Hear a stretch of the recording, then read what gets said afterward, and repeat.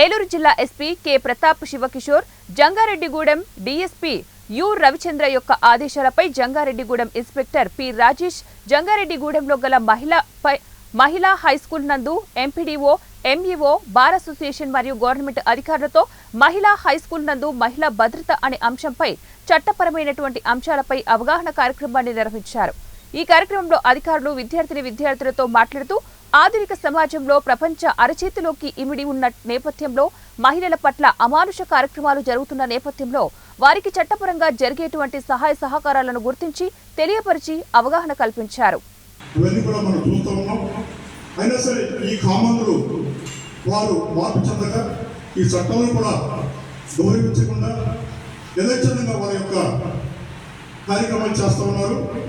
దీనిలో భాగంగా న్యూఢిల్లీలో ఒక ఫ్యాక్టరీలో ఒక బాలికపై సామూహికంగా ఒక రేపు జరిగింది.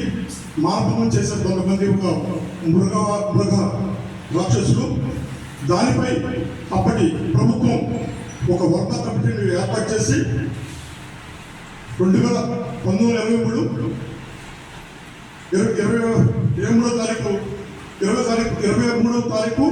2013 ఆ తేదీన ఈ యొక్క వర్మ కమిటీని ఏర్పాటు చేసి ఒక నిర్భయ చట్టం తీసుకురావడం జరిగింది. ఏదైతే బాలికలకు కానీ మహిళలకు కానీ సంరక్షణగా ఏదైనా అగత్యాలు జరిగితే వారికి కూడా కఠిన శిక్ష